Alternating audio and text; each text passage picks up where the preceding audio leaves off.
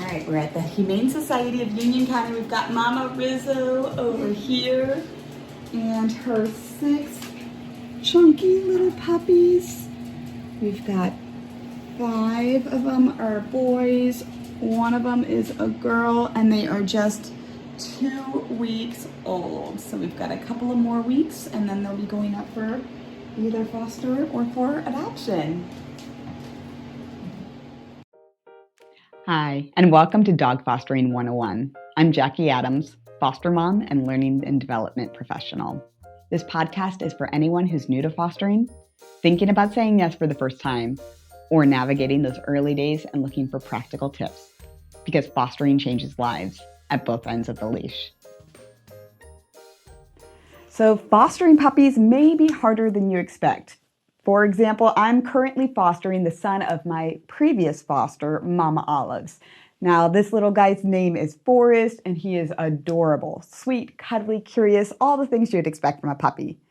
But I'll be honest, this has also been a really good reminder of why I typically foster dogs are at least 2 years old and older, because as cute as puppies are, they're also a lot more work than most people expect. I think there's this common assumption that puppies are the easy fosters. They're small, they're cute, they don't come with a long behavioral history, but in reality, they require constant vigilance. They don't know where to go to the bathroom. They explore the world with their mouths. They get overtired, overstimulated, and then suddenly they're biting your hands, your clothes, anything that they can reach. And unlike adult dogs, they don't yet have the ability to regulate themselves. So a lot of what you're seeing isn't bad behavior, it's just development. And that's an important shift because with puppies, you're not just managing behavior, you're actually shaping it. At this stage, their brains are developing quickly and they're learning through experience. That's where a concept like operant conditioning comes in. In simple terms, dogs repeat what works. So if biting gets attention, they'll keep biting. If settling in calmly leads to something positive, like treats or positive affirmation, they'll likely start to choose that more often. And one thing that makes a big difference here is timing. There's actually research behind this. When rewards are even slightly delayed, dogs have a harder time learning because they don't always connect it with the exact behavior you're trying to reinforce. So you're not just reacting in those moments, you're teaching. Now, one of the reasons puppies feel so hard is because they can't really check out at all when you're fostering them. If they're awake, they're moving, chewing, exploring, or getting into something. It's a lot more hands-on than fostering an adult dog who can settle. And then there's the biting, which catches a lot of people off guard. But most of the time, it's not aggression, it's teething, it's play, or it's overstimulation. A lot of times when puppies get bitey, that's actually them being tired.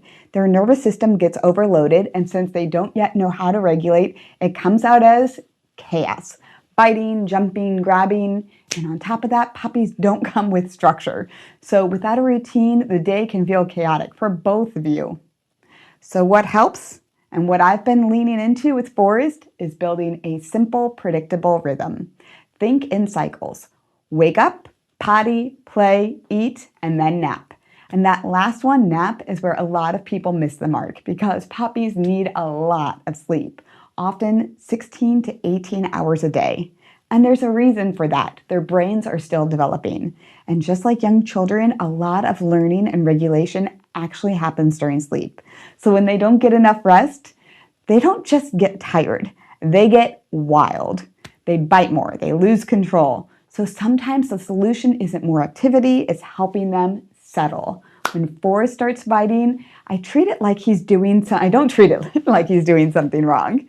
I just redirect to a toy, to a chew, or I disengage.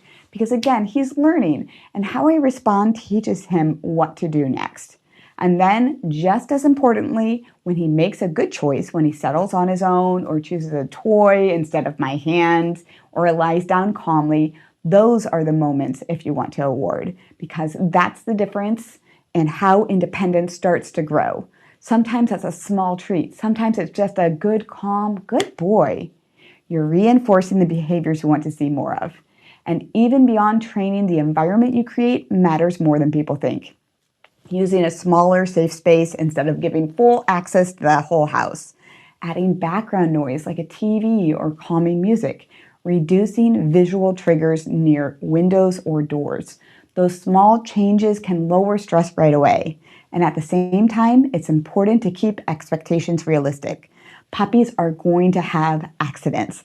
They're going to chew things. They're going to get overstimulated. That's not messing up, that's just the process. And progress with puppies isn't linear. Some days feel easy, some feel chaotic. But over time, with consistency, you start to see real changes. Longer periods of calm, better choices, more awareness. And this stage matters more than people realize. There's actually a critical window in puppy development, roughly between 3 to 14 weeks, where they're especially open to new experience. Research from animal behaviorists like John Paul Scott and John Fuller identified a critical socialization period in puppies where their experience can have a lasting impact on how they respond to the world, including their confidence, social behavior, and adaptability later in life.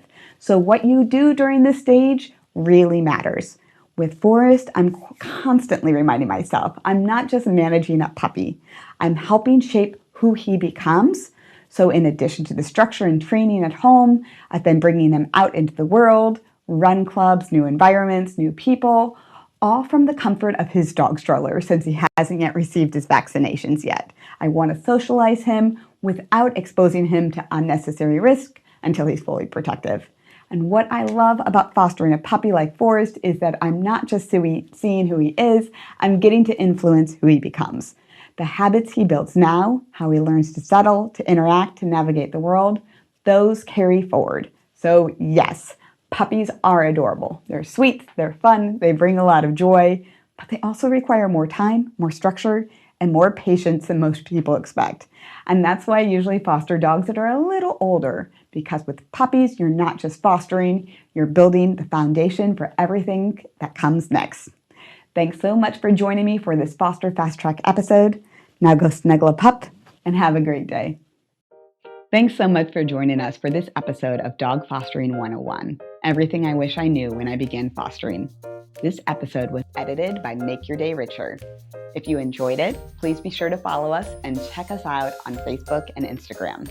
Now go cuddle a pup and have a great day.